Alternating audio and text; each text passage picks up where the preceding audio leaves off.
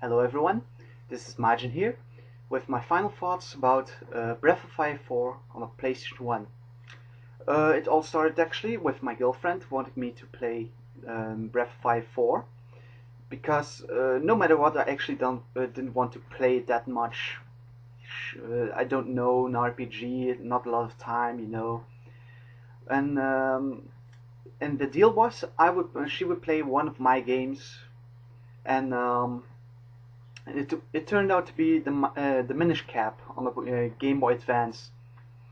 Not actually that good of an idea because not the best Zelda, but uh, still I have no regrets giving it to her, but still would muddle her ideas about the series and all.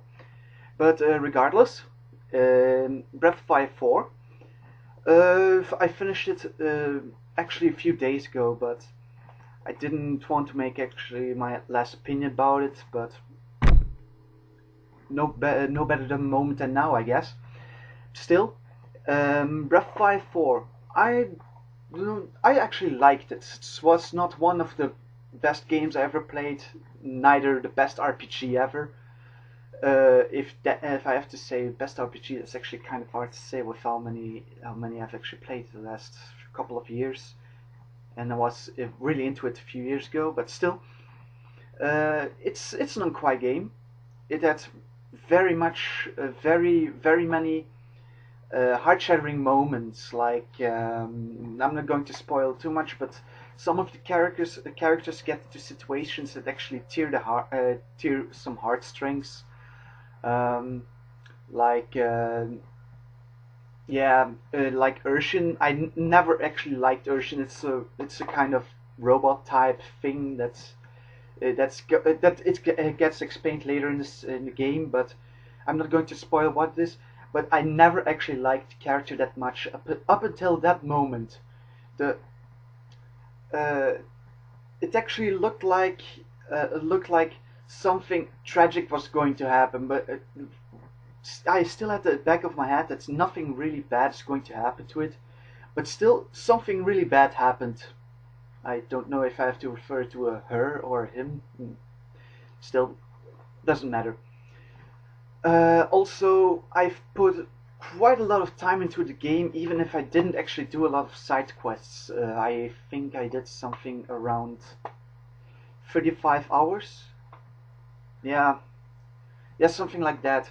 I never actually liked that fishing too much, but still, so halfway into the game, you actually are forced to do something with fishing. Uh, Also, there are some side quests, but not actually something I like to do, like fetch quests and stuff like that. And there's also the option to gather the dragons in the game. That I actually put off until the final part of the game.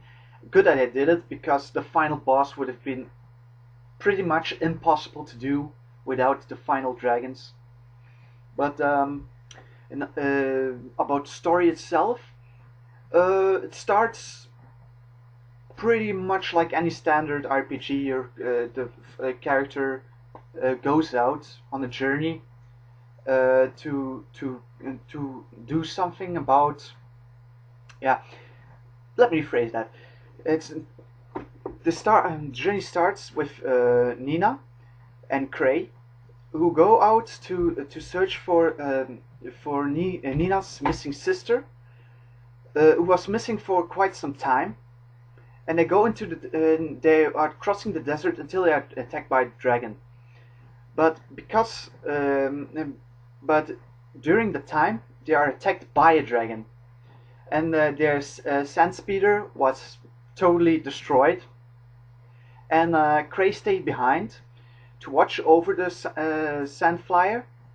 And Nina got out to search the land for help, to find the missing parts, to fix it again. But at some moment, she finds a caravan that was attacked by a dragon, and she sees the dragon for the first time. She sees a dragon for the first time, but it disappears right away and transforms into a man. A young man called Ryu, who doesn't know about anything about his origin, but still there's something mystifying about him. I don't say it actually is. I don't actually say it's one of the best stories in the world, like I said before, but it was intriguing. Um, and the graphics about the game, uh, they're they're good. They're really good for a PlayStation game, even if they're just mostly sprites and not a lot of 3D actually going on, except for the backgrounds, and most of the time you don't actually notice it that much.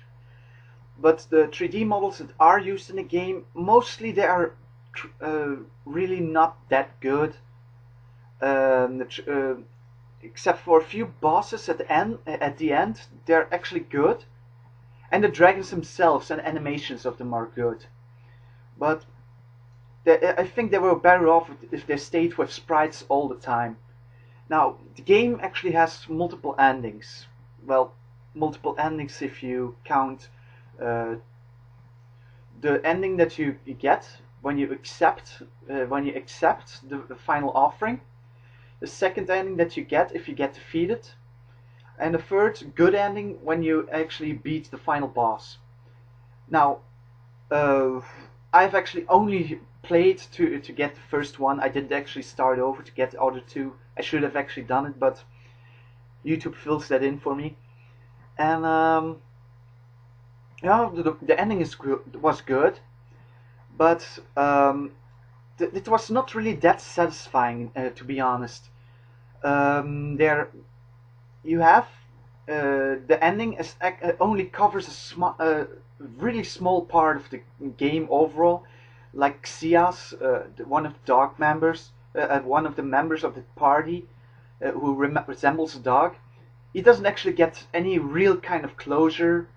Or Cray, you see him the entire game. You get the conclusion, but you don't actually see him get over something what you expect during the story to move on. Uh, while Nina and Ryu, they are actually the only characters that actually get closure together with Ursula. But there's one character that you expect to get killed off, but they never actually get to it. And from what I've seen on some wikis, it was intended to that he would get killed off, but they never actually get to it, but because of time restraints or something, or the budget. But it's forgivable. It's a good game, and I would recommend it to people who are actually RPG fans, but don't actually expect that much of replay value. At the time I've played with it 35 to 40 hours. That's a reasonably good experience, and you can get some more hours out of it if you try to stick with it. Now, now I'm getting kind of interested in the series actually, and I'm trying to track it down on a Game Boy Advance or Super Nintendo, what's kind of hard to do at the moment. But I did buy something, so that's more recent. I think I'm going to try it out. So anyone who's trying to check it out, do it. If you're not going to enjoy it, then you're not actually that much into RPGs. But more or less, I give it a positive reading. Signing out. Sayonara.